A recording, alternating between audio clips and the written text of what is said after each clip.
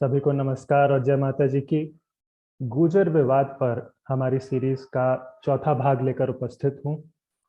पिछले भाग में हमने 9वीं सदी तक के कई एविडेंस और आर्गुमेंट्स देखे कि कैसे गुर्जर शब्द इतिहास में जो इसका प्रयोग है हमेशा एक स्थानवाचक के रूप में हुआ है and not with any ethnic connotations.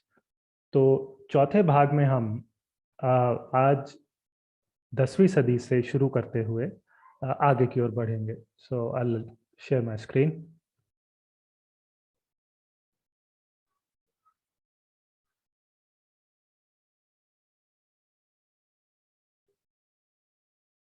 Right.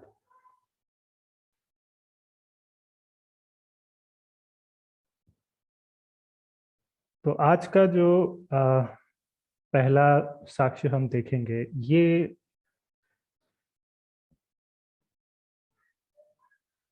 Rashtrakuta राजा कृष्णराज।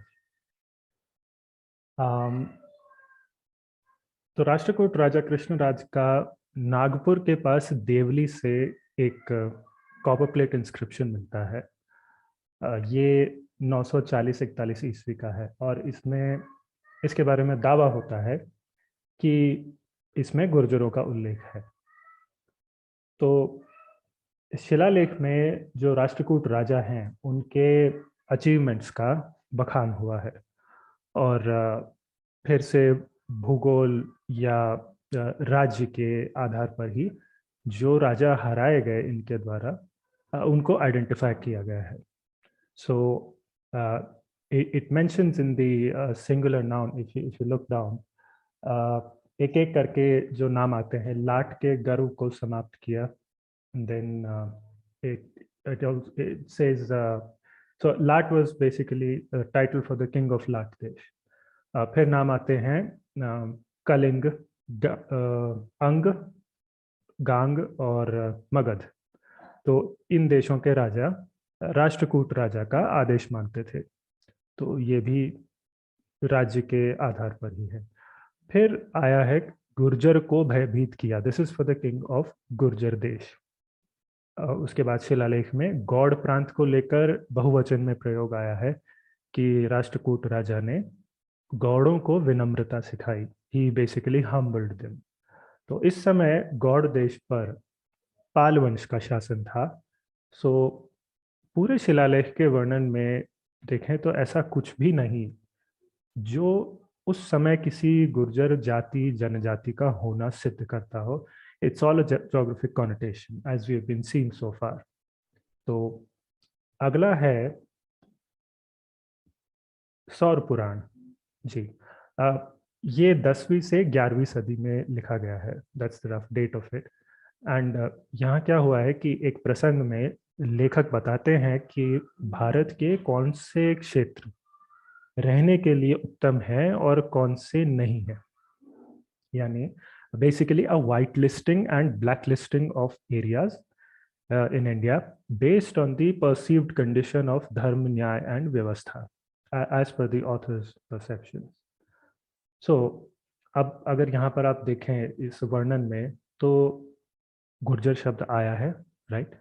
और अंग, वंग, कलिंग, सौराष्ट्र, इन सब क्षेत्रों के साथ गुर्जर देश को भी जो ये राइटर हैं सौर पुराण के, ये इन सब देशों को रहने योग्य नहीं बताते। द लास्ट लाइन सेज देशान एतांश वर्जयेत, don't go to these countries. अब go to and don't go to, obviously जो लेखक है उनका अपना मत है, उनका पूर्वाग्रह हो सकता है। तो कौन से एरियाज उन्होंने ब्लैक लिस्ट किए, कौन से वाइट लिस्ट, पर हमारे लिए ध्यान देने की बात यह है यहाँ कि गुर्जर को देशों की सूची में रखा गया है, which is clarified with the last line as well, कि यहाँ देशों की बात हो रही है। तो अगला एविडेंस, ओके, गांग डायनेस्टी।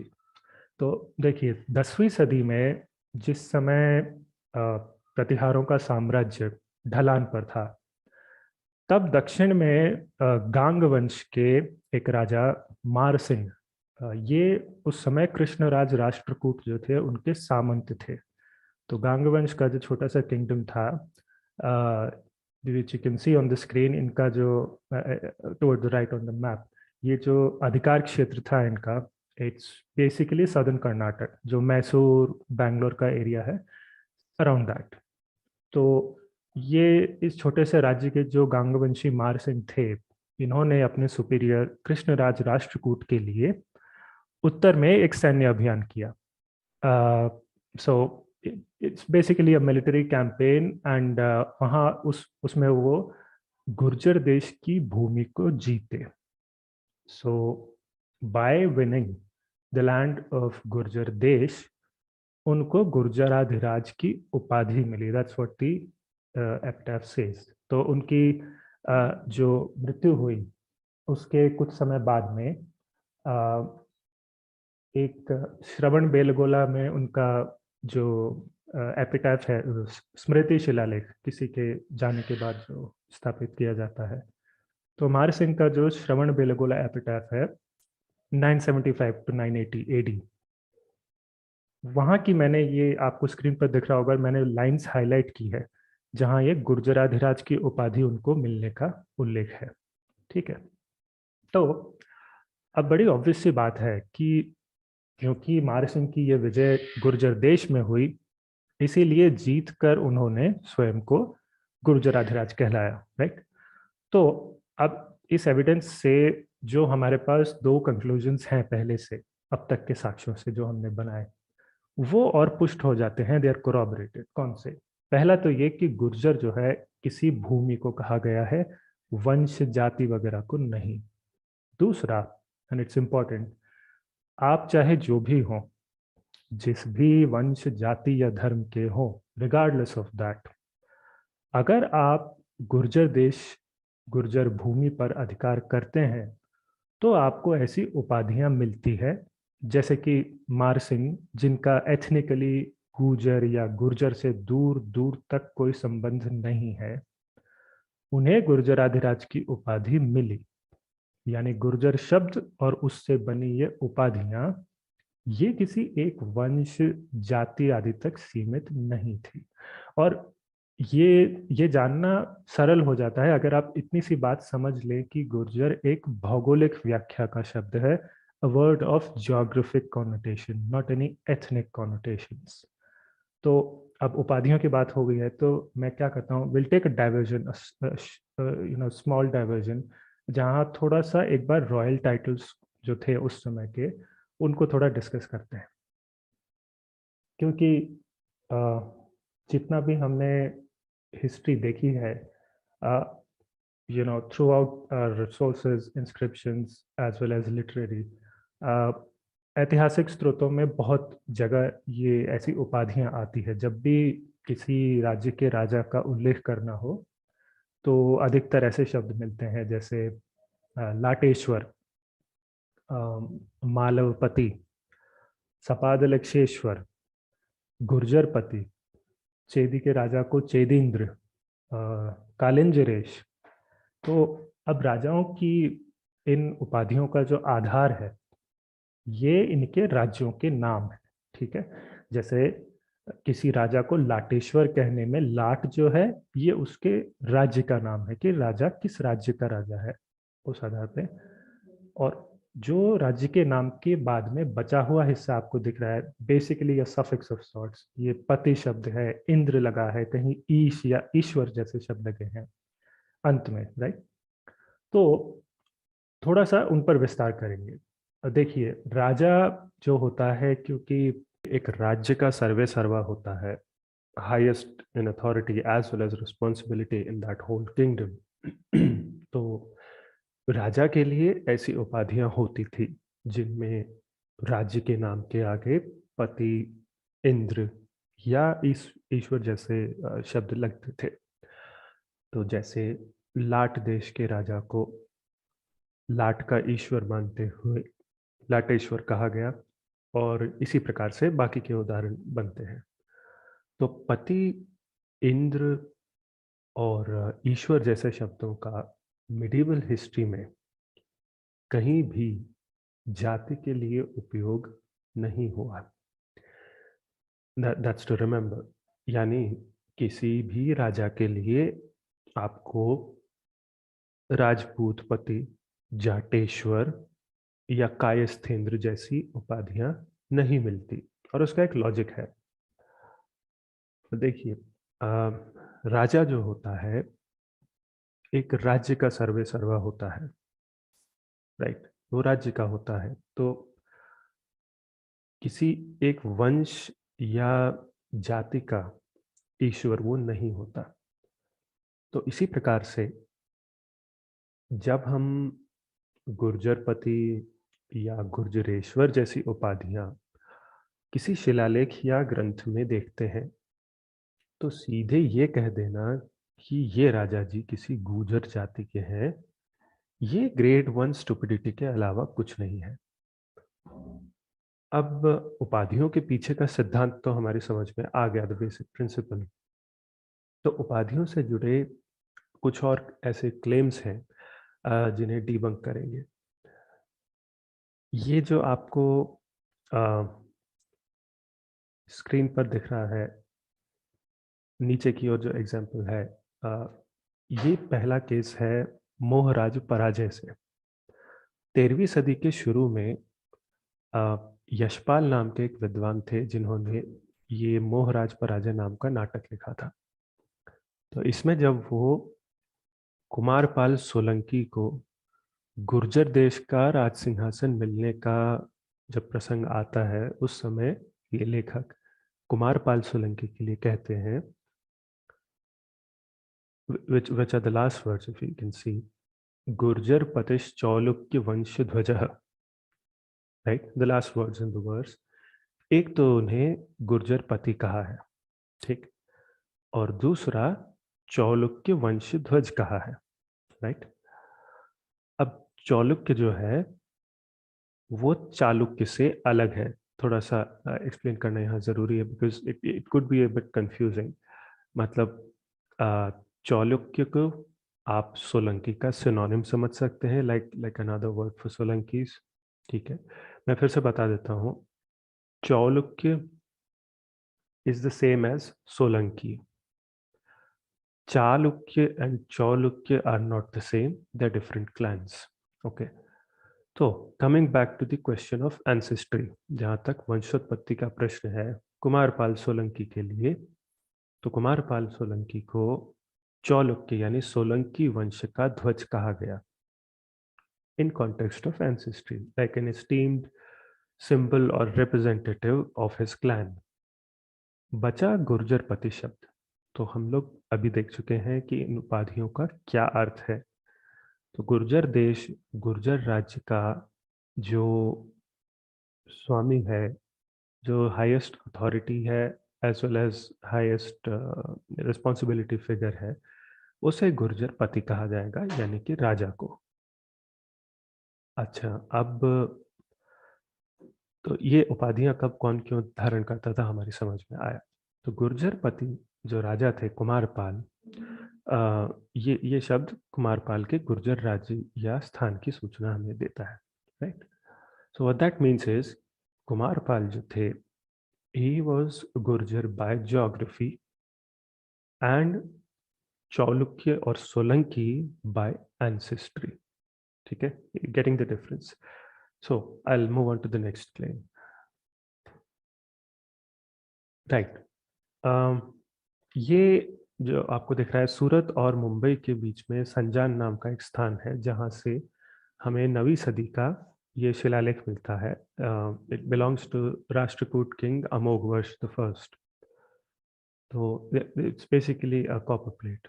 तो इसमें जो राजा हैं उनके पूर्वज राष्ट्रकूट दंतिदुर्ग, उनके बारे में कहा गया है कि उन्होंने गुर्जरेश आदि को, यानी कि गुर्जरेश और अन्य राजाओं को द्वारपाल बना दिया, basically made them like a sentry of his. तो दावा यह है कि गुर्जरेश शब्द यहाँ गुर्जर जाति को बताता है। तो देखिए, गुर्जरेश उपाधि पर तो मैं नहीं जाऊंगा क्योंकि हम देख चुके हैं इन सब का क्या अर्थ है, no need to repeat ourselves, right. But Gurjaresh कहने के ठीक बाद शिलालेख की अगली पंक्ति देखिए, उसमें क्या कहा गया है कि इंद्रराज राष्ट्रकूट ने एक राजकुमारी से विवाह किया, वो प्रसंग आता है।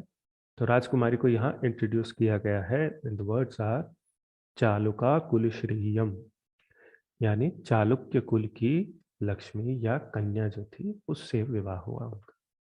अब इसके आगे पीछे और कोई शब्द ऐसा नहीं है जो जाति सूचक हो या स्थान सूचक हो।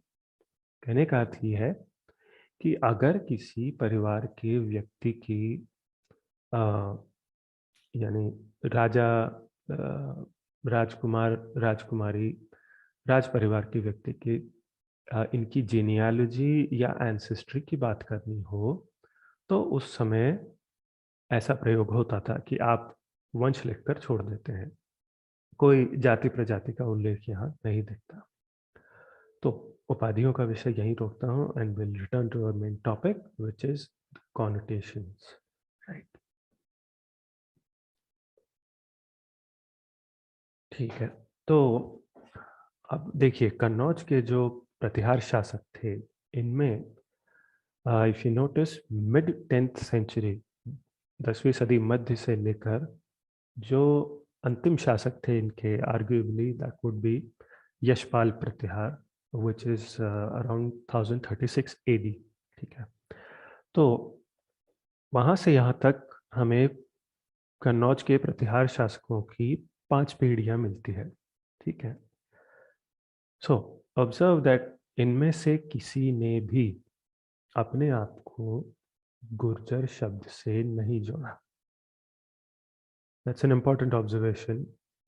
Yeah, other political powers may have habitually still referred to them as Gurjars for a few more decades. I mean, I haven't seen that case though, but it's possible. But by and large, anyway, by and large, इनका गुर्जर शब्द से जुड़ाव धीरे धीरे समाप्त होता गया और 10वीं सदी के बाद ग्रेजुअली सोलंकियों ने अपने आप को गुर्जर शब्द से जोड़ना शुरू कर दिया। क्यों? कारण ये है कि 10वीं से 11वीं सदी में आते आते प्रतिहार शक्ति जो है वो अपने मूल स्थान, जो कोर गुर्जर देश है, लेबनस्ट्रॉम ऑफ सॉर्ट्स, यानी राजस्थान गुजरात के जो एरियाज हैं, वहां से कटकर सिर्फ कन्नौज और उसके आसपास के क्षेत्र में प्रतिहार शक्ति सिमट गई थी। और दैट मीन्स इज अब वो साम्राज्य से राज्य बन गए थे। ठीक है, देन आप अगर उसके एग्जाम्पल्स देखें, तो विजयपाल प्रतिहार और राज्यपाल के बाद में जो कन्नौज के प्रतिहार राजा थे, त्रिलोचन पाल, इनका झूसी से मिला ये कॉपर प्लेट है 1027 एडी। ठीक है, that's just one example where you don't see any such use of Gurjar word at all. Okay, moving on, इसके ठीक बाद में जो मूल क्षेत्र था गुर्जर देश नाम से, parts of Rajasthan and Gujarat, वहीं पर सोलंकी वंश का इंडिपेंडेंट रूल शुरू हो गया। ठीक है, शुरुआत में थोड़ी समस्या आई थी सोलंकियों को परमारों से, बट धीरे धीरे वो भी सुलट गई। तो अब देखने की बात यह है कि सोलंकियों को गुर्जर कहने की शुरुआत एग्जैक्टली कहाँ से शुरू हुई। Like I said, it was a gradual process. ऐसा नहीं कि एक दिन अचानक पूरे भारत के लोगों ने सोच लिया कि आज से तो प्रतिहारों की जगह सोलंकियों को गुर्जर कहेंगे। But the first known instance जिसका हमें पता है, that is at the cusp of 10th and 11th centuries AD. ये दोनों सदियों का जो संधि काल है, 10वीं सदी खत्म हो रही है, 11वीं शुरू हो रही है, मीनिंग रफली अराउंड 1100 एडी, दैट रेंज। तो वहां से हमारा पहला एग्जाम्पल आता है। Let me show that. या तो हुआ क्या, 10वीं सदी का जो सेकंड हाफ है, उस समय दक्षिण में राष्ट्रकूटों को हटाकर चालुक्य वंश का शासन फिर से शुरू हो गया। इफ यू रिमेम्बर, राष्ट्रकूटों का जो शासन था 2-3 सदियों तक चला, और उससे पहले right around 6th-7th century AD, 6th century और 7th सेंचुरी। उस समय तक दक्षिण में चालुक्यों का ही शासन था। बीच में राष्ट्रकूटों का आया और फिर उसके बाद में वापस अब second half of 10th century onwards फिर से चालुक्य दक्षिण में हावी हो गए। तो उसी समय जो चालुक्य राजा थे तैलप, इनके अधीन एक कवि थे, पॉपुलर कन्नड़ कवि रन्ना। इन्होंने जैन तीर्थंकर अजित नाथ पर अजित पुराण लिखा, approximately sometime after 993 AD or around that time. Yeah. So if you see on your screen, ग्रंथ में कवि क्या लिखते हैं कि राजा तैलप ने राजकुमार सत्याश्रय को, अपने राजकुमार को गुर्जर देश पर विजय प्राप्त करने भेजा। ठीक। Now this is happening at the cusp of 10th and 11th centuries AD, right? तो सत्याश्रय जी राजकुमार, उन्होंने गुर्जर देश पर अटैक किया और गुर्जर देश के राजा के भाई को मारा युद्ध में, ये किल्ड हिम, और वहां पर विजय प्राप्त की। ठीक है। अब क्या हुआ, अजित पुराण से ठीक बाद में एक और ग्रंथ लिखा गया था, रन्ना द्वारा ही था शायद, गदा युद्ध। ठीक है। गदा युद्ध में भी ऐसा ही वर्णन आता है कि राजकुमार सत्याश्रय ने गुर्जर देश के राजा पर विजय प्राप्त की। ओके ना, अब इसी प्रसंग में इसी प्रकार से ये गुर्जर देश पर जो विजय का उल्लेख है, ये सत्याश्रय चालुक्य के ही एक शिलालेख में मिल जाता है, लकुंडी में जो मिलता है। It's old name was Lokkigundi. So ये शिलालेख है 1007 AD से कुछ पहले का, right? So again around the same time which is the cusp of 10th and 11th century. तो उन्हीं सालों में ये शिलालेख भी आता है। अच्छा, इस शिलालेख में भी पूरे गुर्जर देश पर विजय होने की बात की गई है। If you notice the words are सकल गुर्जर विजय, सकल यानी पूरा क्षेत्र। तो अब इन घटनाओं की पुष्टि तो अच्छी खासी हो गई, क्योंकि अलग अलग स्रोतों में एक साथ इनका उल्लेख हुआ है, which means this definitely happened। लेकिन चालुक्य लोग गुर्जर देश नाम के किस क्षेत्र को जीते? ठीक है, कितने बड़े क्षेत्र को जीते? क्योंकि पूरा गुर्जर देश जीतने की बात हुई है ना, और गुर्जर देश में हराया किसको उन्होंने, ये सब देखना आवश्यक है। Meaning which geography, how big was it, and who exactly did they defeat in this Gurjar Desh. So let's see. Okay, time to annotate.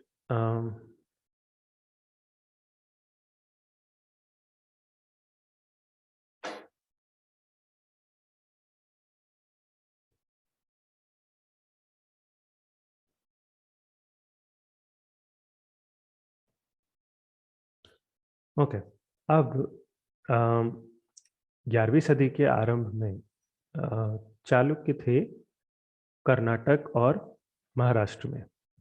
ठीक है, लेट मी ड्रॉ दिस। और लाट देश पर भी उनका अधिकार हो गया था। So I am just doing a rough approximate draw. So this would be at the Chalukya area. ठीक है। और उस समय जो कन्नौज की जो ब्रांच थी प्रतिहारों की, वहाँ से संचालित जो प्रतिहार साम्राज्य था, वो सच में है से था हो चुका था। तो there was no Gurjar Pratihara empire anymore. अच्छा, उस समय कहीं और कोई दूसरा इंडिपेंडेंट प्रतिहार किंगडम रहा हो, इसके भी कोई साक्ष्य नहीं मिलते। हाँ, चालुक्यों और कन्नौज का जो राज्य था प्रतिहारों का, उनके बीच में अब आप देखें कि कौन कौन है। तो गुजरात में सोलंकी राज्य था। So let me annotate that. I think रफली लाइक दिस, या ठीक है। और उसके बाद में सेंट्रल राजस्थान में आपको चौहान राज्य दिखता है, सो probably a bit like this, yeah, roughly at that place. Then central India की तरफ आए तो मध्य भारत में परमारों और चंदेलों के स्वतंत्र राज्य थे, so that means Malwa, okay, and then the Chandel power somewhere here. Now, अब ये सब independent kingdoms हैं and all of them are lying between Satyashraya Chalukya and the Pratihars of Kannauj. ठीक. So, what I'm trying to say is कि सत्याश्रय के गुर्जर देश जीतने वाली बात जो है, ये अब तक मिट चुके प्रतिहार साम्राज्य की तो बिल्कुल नहीं हो रही. ठीक है, तो सरल सा निष्कर्ष है कि ये जो सत्याश्रय चालुक्य जिस गुर्जर देश में गए और जिसे उन्होंने पूरा का पूरा जीत लिया, राइट, सकल गुर्जर विजय, दोज आर द वर्ड्स, वो गुर्जर देश कन्नौज से संचालित कोई गुर्जर प्रतिहार साम्राज्य नहीं, बल्कि चालुक्यों के पड़ोस में सोलंकियों का गुर्जर देश था, located in modern Gujarat.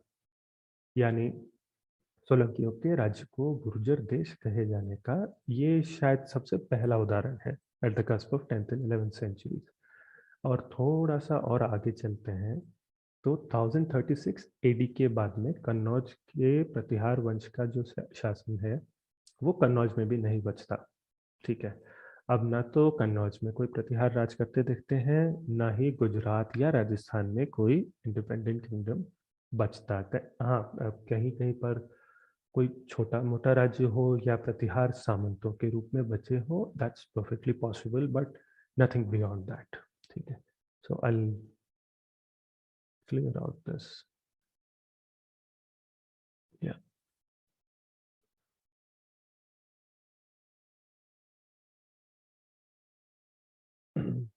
over to the next one. अब 11वीं सदी में जब मालवा में सम्राट भोज प्रतिहार का भोज परमार का शासन आया, तो उनका शासन समाप्त हुआ है रफली 1055 AD अराउंड. ठीक है, so that's second half of 11th century. तो उनका शासन अंत होते समय उनके एक सामंत थे Yashovarman.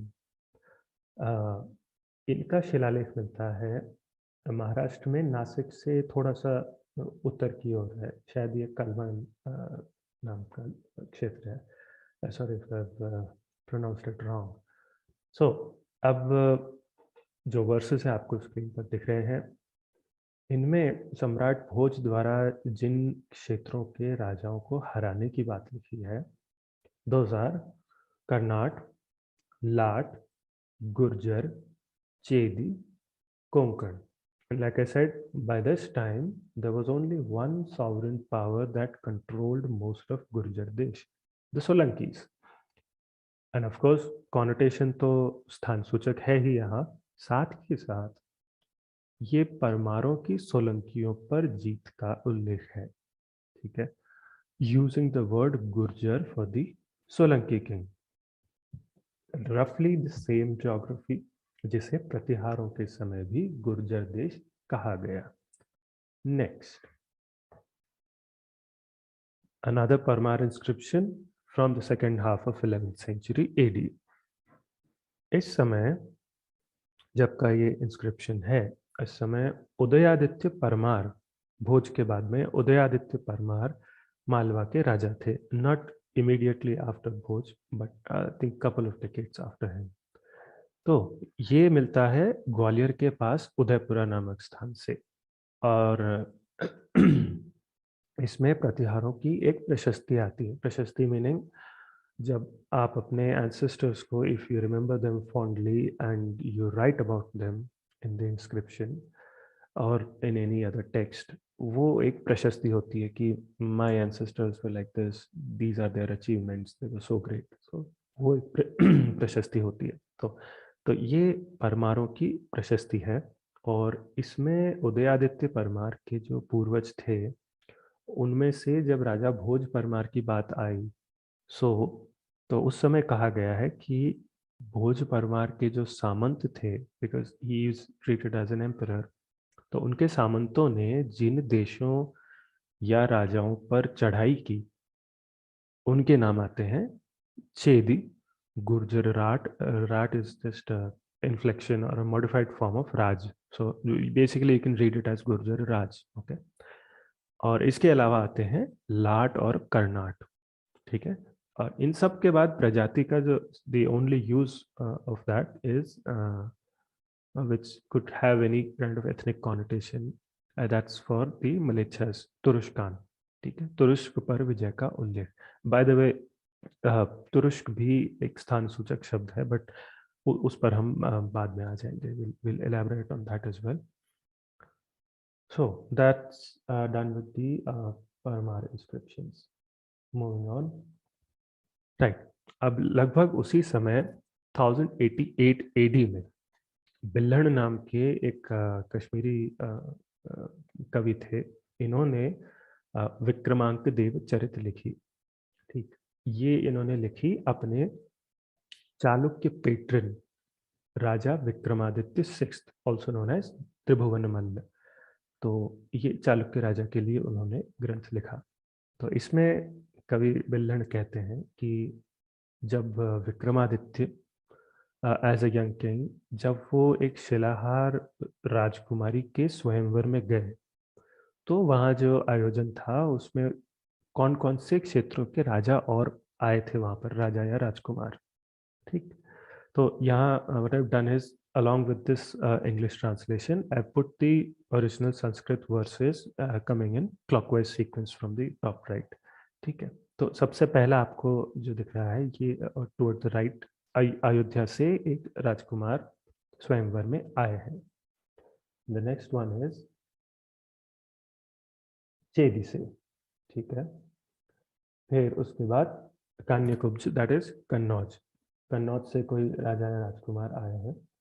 And after that comes Charmanvati. Charmanvati is the old name for Chambal. तो कहने का अर्थ है चंबल के पानी से सिंचा हुआ जो राज्य था, वहां से आए कोई. तो ये राज्य तोमरों के राज्य को बोला गया है ये, because if you look at the screenshot again, ये जो शुरू के जो शब्द हैं उसमें पार्थस्य तस्यैष कुले प्रसूतः, तो what it means is Chandravanshi Pandava Arjun के कुल में जन्मे Tomar. And at that time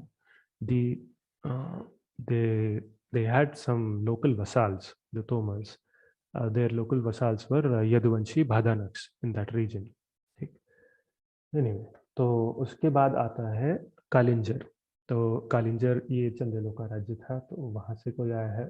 फिर गोपाचल से, गोपाचल है आपका ग्वालियर और उसके आसपास का क्षेत्र, उसे कहा गया है. ठीक. अदर देन दैट फिर आते हैं मालव और गुर्जर. ठीक है. गुर्जर राज्य से भी कोई आया है.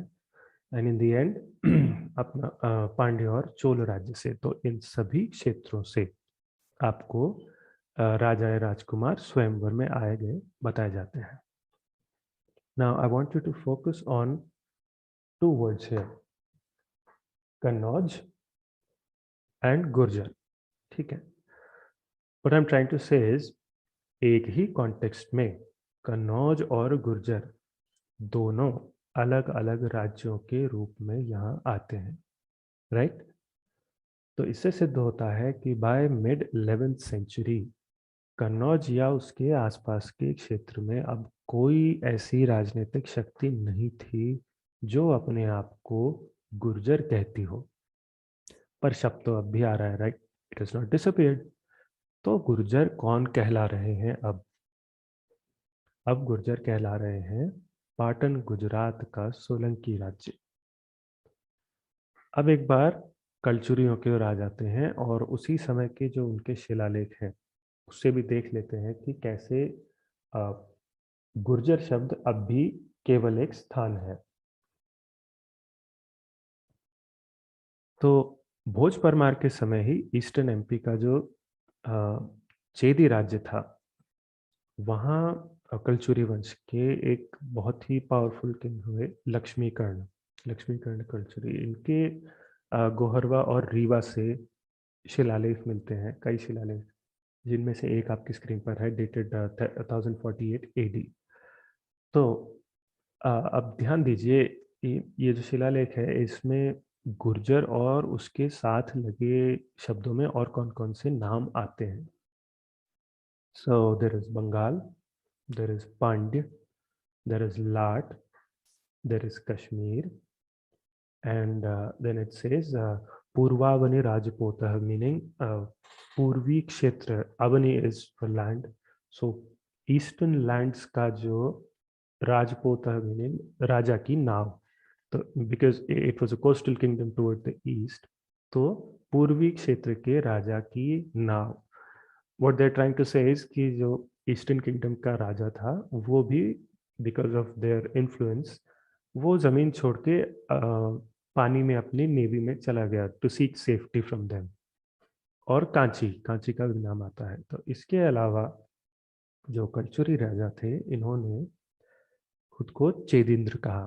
दैट्स देयर टाइटल, यानी चेदी देश का राजा. ठीक है, तो ऑब्वियसली चेदी अगेन किसी वंश या जाति का नाम नहीं है. कश्मीर, बंगाल, लाट, कांची ये भी किसी वंश या जाति का नाम नहीं है.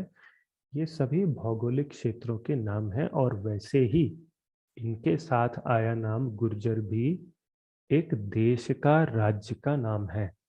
All these names are geographies and not ancestries. ठीक, जहां तक पांड्य शब्द का प्रश्न है, तो देखिए प्राचीन काल में अलग वंश पांड्य नाम से प्रसिद्ध हुए और मध्यकाल में अलग, और दोनों तरफ अपनी वंशोत्पत्ति इन्होंने अलग अलग बताई है. ठीक है, तो पांड्य भी यहाँ पर कोई एक कंसिस्टेंट लिनियल एंसेस्ट्री की तरह नहीं है, बल्कि मोर और less it's a geographic brand, कि वहाँ राज करने वाले अलग अलग वंशों ने अपने आप को पांड्य कहा. ओके, अब इसी तरह कलचुरियों के 12वीं सदी के कुछ शिलालेख है. जैसे एक है the one you are seeing right now, ये राजा नरसिंह देव कलचुरी, इनका शिलालेख है. By the way this is maternal grandfather of Prithviraj Chauhan. So Narasimha Dev Kalachuri ने किन क्षेत्रों को प्रभावित किया? 1166 AD का ये इंस्क्रिप्शन है, एंड इसमें जो क्षेत्रों का नाम लिया गया है यहाँ मिलता है गुर्जर, तुरुष्क, कुंतल देश का जो राजा है उन्हें कुंतल नायक कहा गया है. कुंतल देश इज रफली the western Maharashtra region and some parts of Karnataka. तो कर्नाट रीजन का जो जोग्राफिक कॉनोटेशन है, जो एक्सटेंट है, मोर और लेस उससे मिलता जुलता ही कुंतल होता था. कभी कभार इंटरचेंजेबली भी यूज होते थे, बट एनीवे. अच्छा, अब नीचे की ओर एक और है. यस, तो जबलपुर के पास करकबिल से, ये भी 1160 AD अराउंड एक और शिलालेख आता है कलचुरियों का. सो यहाँ क्या हुआ है कि 11th सेंचुरी के जो इनके राजा थे, बेसिकली एंसेस्टर इनके उस समय, लक्ष्मीकर्ण कलचुरी, कौन कौन से एरियाज के राजा राजकुमार लोग उनके सामने विनम्र व्यवहार करते थे, meaning they used to wait upon Lakshmikarna, वो नाम आ रहे हैं. that list is there. So you'll see Chol, then there is Kongunadu. Kongunadu is the name of western Tamil Nadu, उसका पुराना नाम है. Then comes God, that is Bengal region. Gurjar, we know that. Gurjar देश की बात हुई है. कीर, कीर है कांगड़ा, कांगड़ा का पुराना नाम है. तो यहाँ भी जाति प्रजाति सूचक केवल एक शब्द आता है मलेच्छों के लिए, हूण कहा गया है. That's it. तो गुर्जर शब्द की ये जितनी भी रेफरेंसेस हमने देखी हैं, ये सभी पाटन गुजरात के सोलंकी राज्य के लिए है. ठीक है, ओके.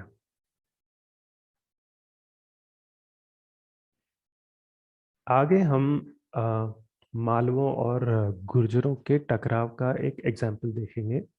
जिससे और साफ हो जाएगा कि अब सोलंकी ही गुर्जर कहला रहे हैं। ठीक है, राइट। तो ये है 11th सेंचुरी सेकेंड हाफ से मालवा के जो राजा थे उस समय उदयादित्य परमार, जिनकी हमने पहले अभी बात की थी। पृथ्वीराज विजय कहता है कि उन्होंने गुर्जर राज कर्ण को हरा दिया, परास्त किया। So the first words are मालवेन उदयादित्यन।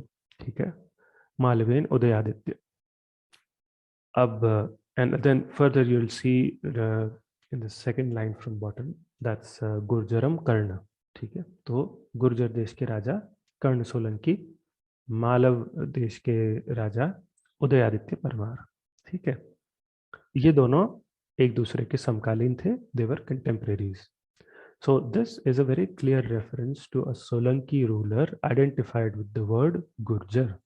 ठीक है, अच्छा, अब इससे दो बातें हमें समझ में आती है।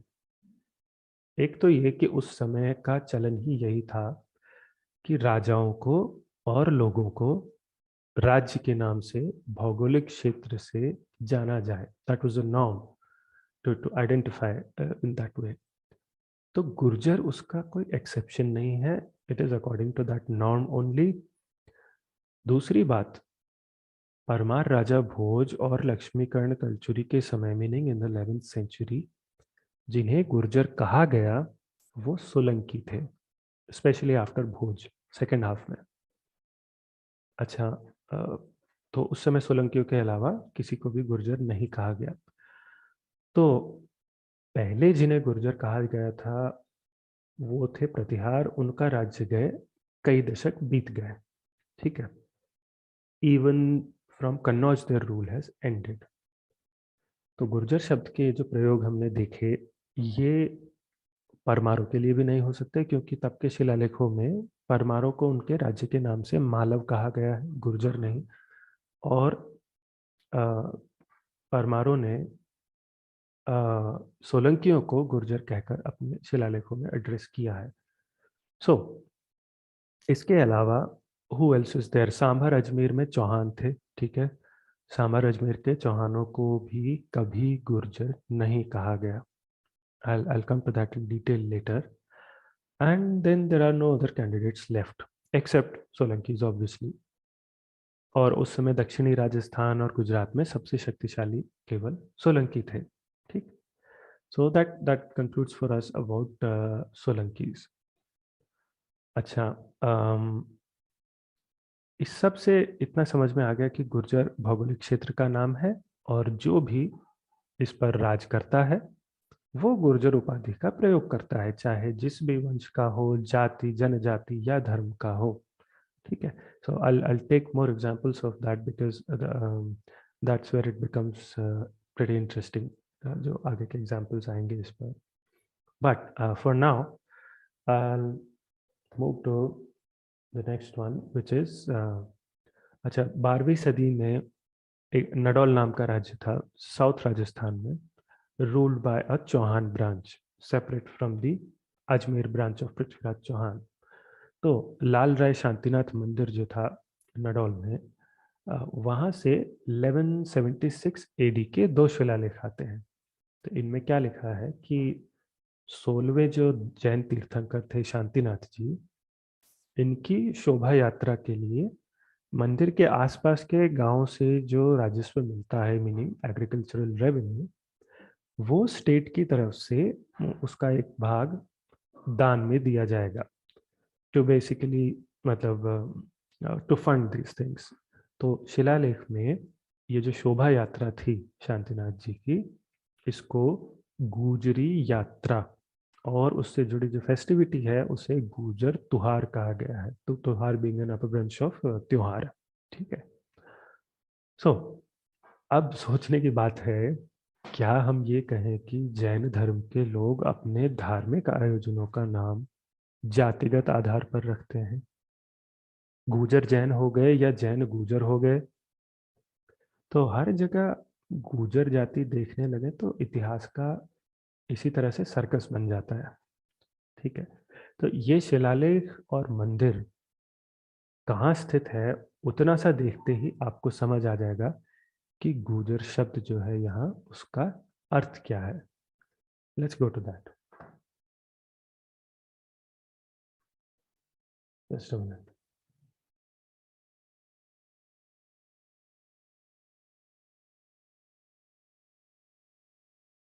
So the location is just a minute.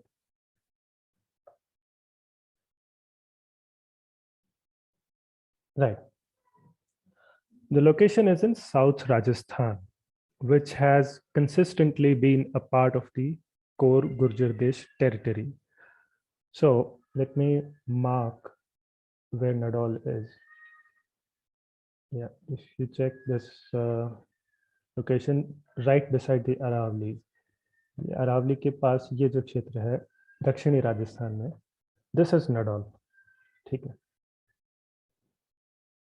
सो अब ये जो लोकेशन है इसको अगर आप देखें तो like I said this has consistently been a part of the core Gurjar desh territory. Okay. And that's why the name of the procession was Gujari Yatra and name of the celebrations is Gujar Tuhar. ठीक है. And it's obvious because it relates to the linguistic and cultural strains of that region. ठीक है. अब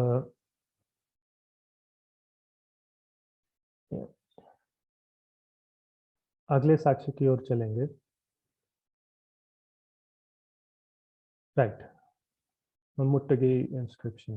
तो लगभग यही स्थिति 1189 AD के एक शिलालेख में है जो बीजापुर के मुट्टगी गांव से मिला. ये देवगिरी राज्य के जो यादव राजा भिल्लम देव थे उनका है. ठीक है. इसमें क्या हुआ है, there is a lot of geographical data embedded in this inscription.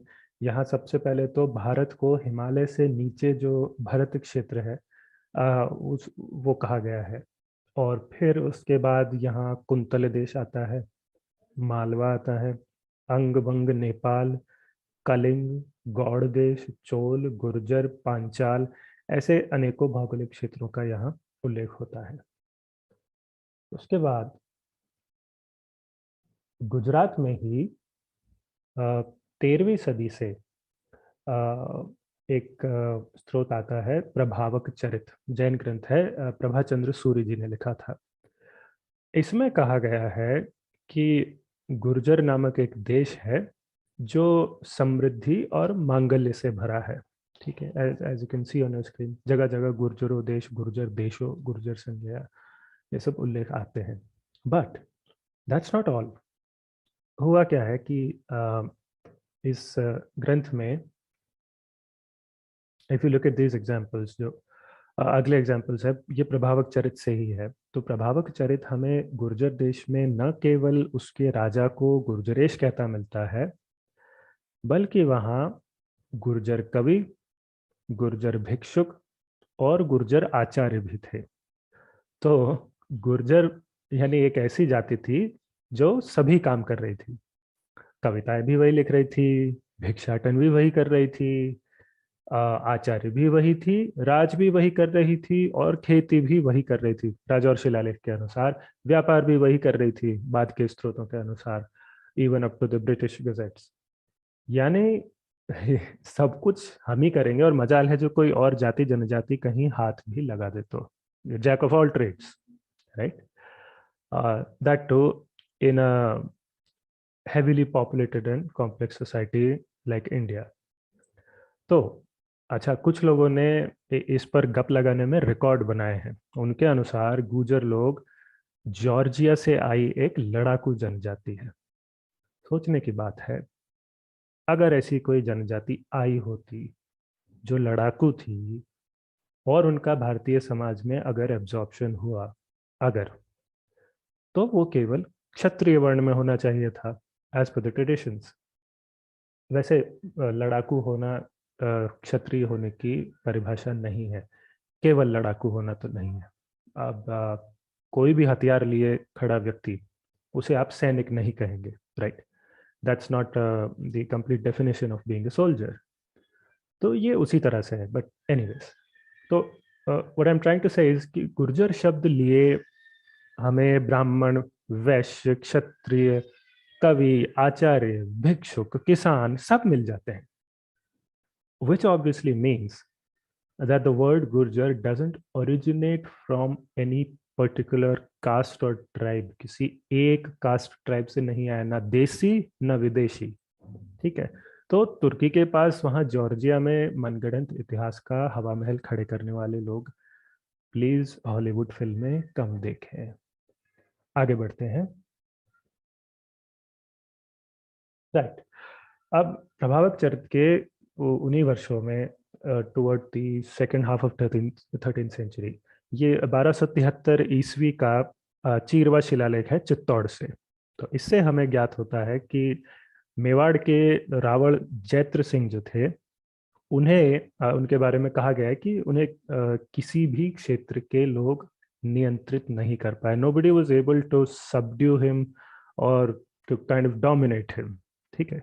तो अब जो लोग नियंत्रण में नहीं कर पाए कौन कौन, वो उन राइवल्स को, उन राजनीतिक शक्तियों को भूगोल के अनुसार यहाँ गिनाया गया है। सो इट सेज न मालवीयन, यानी मालवा के लोग या मालवा की जो सेना थी मालव देश की, न गुर्जरेन यानी गुर्जर देश के लोग नहीं कंट्रोल कर पाए, न मारवेशेन यानी मरु देश जो था, मारवाड़ का जो ईश था, उसके लोग नहीं कर पाए, उसकी सेना।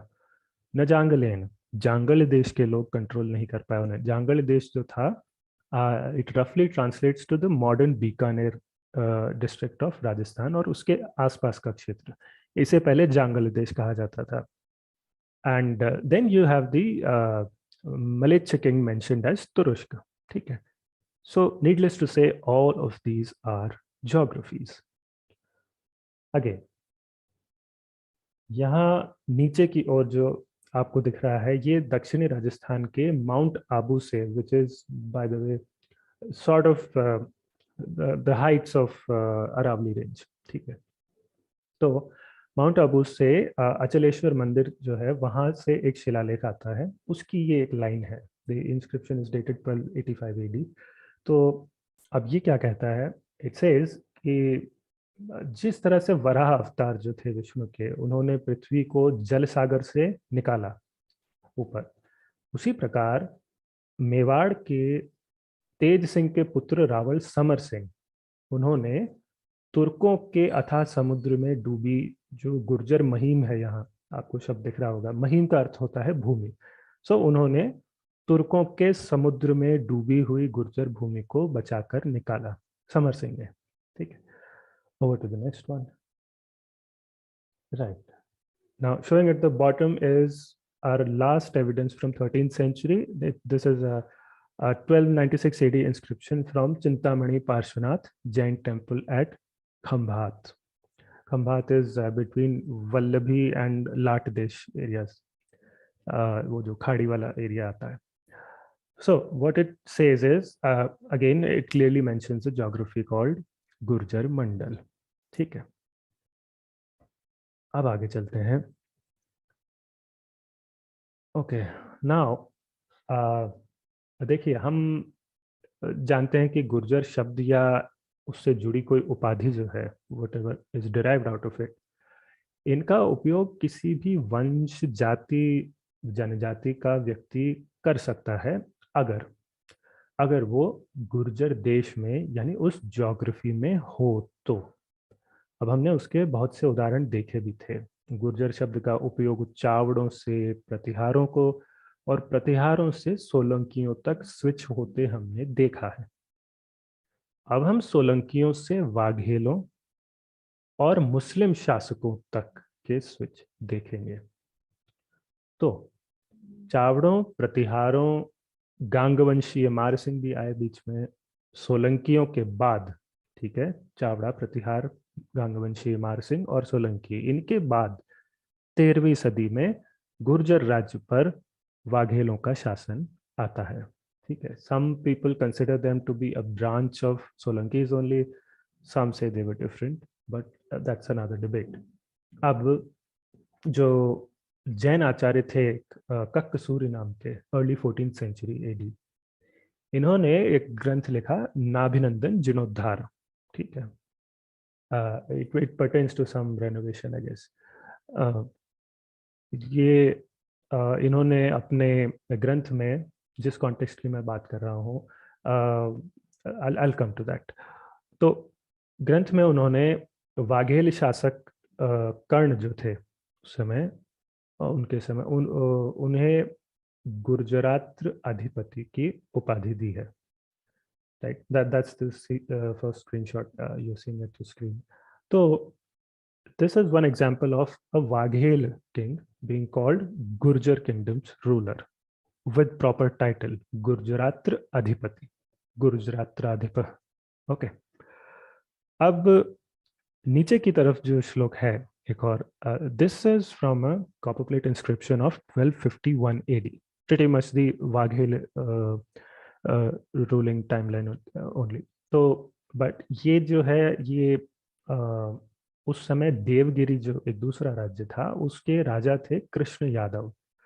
ये उनका कॉपर प्लेट इंस्क्रिप्शन है, ये सतारा के पास तसगांव से मिला था।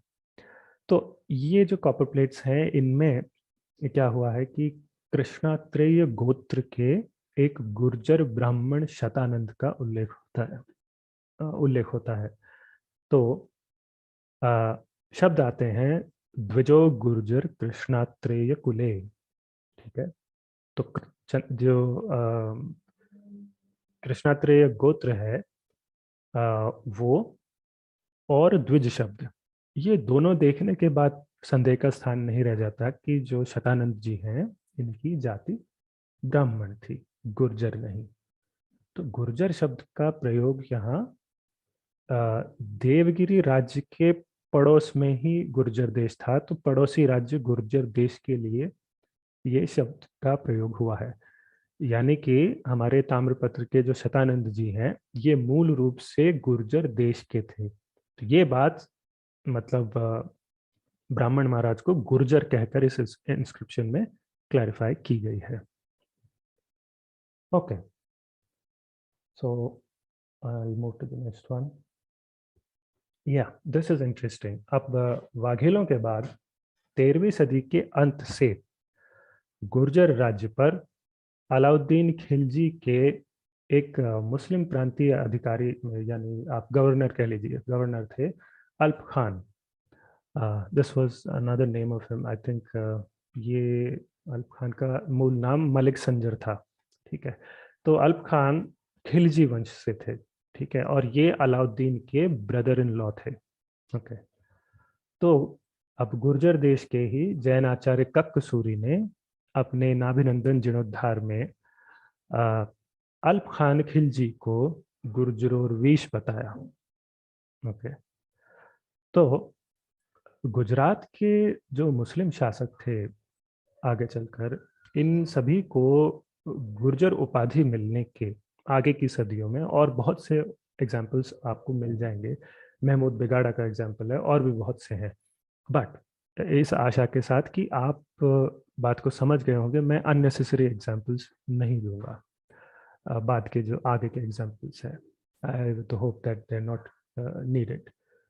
अब ये जो साक्ष्यों की हमने इतनी लंबी लिस्ट देखी, इसका अगर सार व्यक्त करें, इफ यू समराइज इट, तो जालौर में बैठे वत्सराज प्रतिहार को गुर्जर देश में बताया जाता है। भीनमाल और पाटन में बैठे चावड़ा राजा को गुर्जर देश में बताया जाता है। उनके बाद शासन में आने वाले सोलंकियों को भी गुर्जर उपाधि मिलती है। फिर सोलंकियों के बाद आए वाघेल शासक कर्ण वाघेल और मुस्लिम शासकों को भी गुर्जर उपाधियां मिलती है। तो अब वो जो प्रेस कॉन्फ्रेंस करने वाले जो ज्ञानी आचार्य लोग हैं, वो राजाओं की इन उपाधियों को मनमर्जी बिना आधार जाति सूचक बताकर भ्रम फैला रहे थे। And I hope that is clarified now. पर उनकी बात माने तो ये सभी लोग सब के सब गुर्जर बन जाते हैं। यहाँ तक कि अभी अभी हमला करके गुर्जर देश को जीते अल्प खान जैसे मुस्लिम खिलजी भी रातों रात गुर्जर बन गए, right, if you go with that assumption. तो कहने का मतलब ये है कि गुर्जर उपाधियां अगर किसी जाति से, जनजाति से बंधी होती, तो दक्षिण भारत के गांग वंश के मारसिंह गुर्जर देश को जीतकर गुर्जर अधिराज नहीं कहलाते। ना ही वाघेल और मुस्लिम शासक हमें गुर्जर उपाधियां लिए दिखते हैं। ठीक है। अब चूंकि बिल्कुल शुरू में आए ये मुस्लिम शासक गुर्जर जाति के नहीं हो सकते, तो इससे, sorry, I think next slide.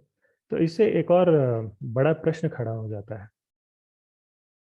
अगर गुर्जर देश क्षेत्र का नाम ये गुर्जर जाति से ही पड़ा था, if you assume that for a minute, तो फिर उन गुर्जरों को हराकर उस एरिया को अपने अधिकार में करने वाली राजनीतिक शक्ति जो थी, उनको तो तुरंत ही फिर गुर्जर देश का या जो ये जो क्षेत्र का नाम था बदल कर कुछ और कर देना था, क्योंकि ये नाम तो आपके दुश्मन से पड़ा है ना, जिसे अभी आपने हरा दिया है।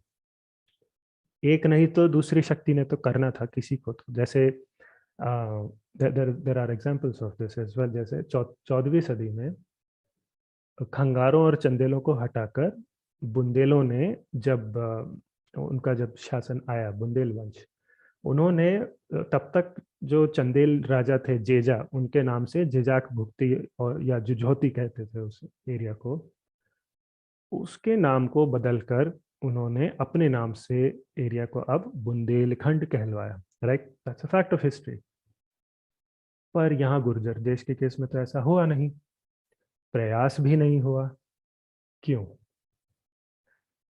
क्योंकि गुर्जर शब्द जाति सूचक, जनजाति सूचक ना होकर स्थान सूचक है, और इसीलिए इतिहास में गुर्जर नामक देश से जो भौगोलिक क्षेत्र पहचाना गया, उस पर राज करती किसी भी नई राजनीतिक शक्ति को कभी ये आवश्यकता नहीं हुई कि क्षेत्र का नाम बदला जाए। Right, I mean in an age where lineages were wiped down to the dog, ठीक है, किसी को नहीं छोड़ा जाता था। The only reason why the name Gurjar Desh didn't pinch anybody, including the new Muslim rulers, was that its connotation wasn't ethnic. It was only geographic. And that's why एक के बाद एक 6 राजनीतिक शक्तियों ने जब राज किया गुर्जर देश पर, अपने आप को गुर्जर कहलाते हुए, चावड़ा, प्रतिहार, गांग वंश, सोलंकी, वाघेल और मुस्लिम शासक, नाम वही मिलता है, गुर्जर देश। राइट। अच्छा, ये कोई अजीब सा एक्सेप्शन नहीं है, there are plenty of parallels to it.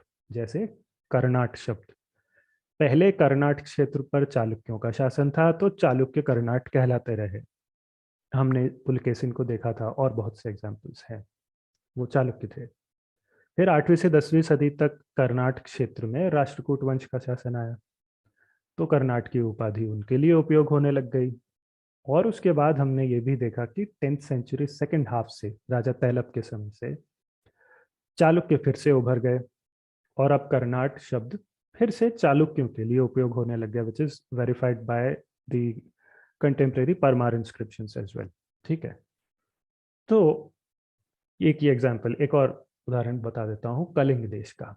Kalinga देश पर भी आप देखें तो महाभारत काल से लेकर मिडिवल एज तक हजारों वर्षों में बहुत से वंशों ने राज किया है।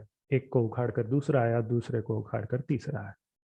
जैसे कि महामेघवाहन वंश था, शैलोद्भव, मथर वंश, पितृभक्त, वशिष्ठ राजवंश था, गजपति थे, नंदपुर के सूर्यवंशी थे, सोमवंशी थे। तो इन सभी के राजाओं को कलिंगाधिपति कहा गया। तो कलिंग शब्द मूल रूप से जाति सूचक या वंश सूचक होता, तो हजारों वर्षों में जो दर्जनों जिन वंशों ने राज किया कलिंग देश पर, उन्होंने अपनी उपाधियों में निरंतर इसका प्रयोग नहीं किया होता। इतने लंबे काल की भरपूर राजनीतिक उथल पुथल में एक ही फैक्टर स्थिर रहता है, ज्योग्राफी। तो कलिंग शब्द की व्याख्या भी क्योंकि भूगोल से जुड़ी है, इसीलिए यहाँ राज करने वाले अलग अलग वंशों ने हजारों वर्षों तक कलिंगाधिपति जैसी उपाधियों का प्रयोग किया। इसी के साथ आज का अंक समाप्त करूंगा।